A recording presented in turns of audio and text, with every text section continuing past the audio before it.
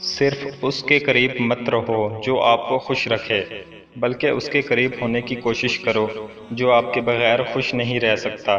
یہ زندگی میں ایک خوشگوار تبدیلی کا باعث ہوگا۔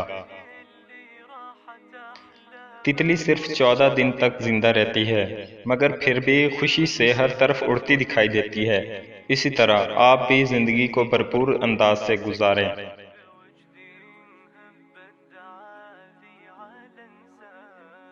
جب تم کسی کو نظر انداز کرو اور وہ اس کا بدلہ وفا سے دے، تو سمجھ لو کہ وہ تمہیں خود سے زیادہ چاہتا ہے۔ رشتے نبھانے کے لیے وعدوں اور قسموں کی ضرورت نہیں ہوتی، صرف دو خوبیوں کی ضرورت ہوتی ہے: احساس اور اعتماد۔ بلا وجہ شک کرنے سے رشتوں کی ڈور ٹوٹ بھی سکتی ہے۔ جن کے اخلاق عمدہ ہیں، ان کی صحبت تلاش کرو۔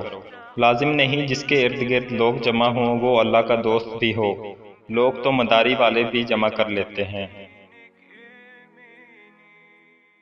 جو لوگ خدا کی عبادت تو کرتے ہیں مگر ہر مخلوق خدا کی مدد نہیں کرتے، وہ خدا پرست نہیں بلکہ مطلب پرست ہیں۔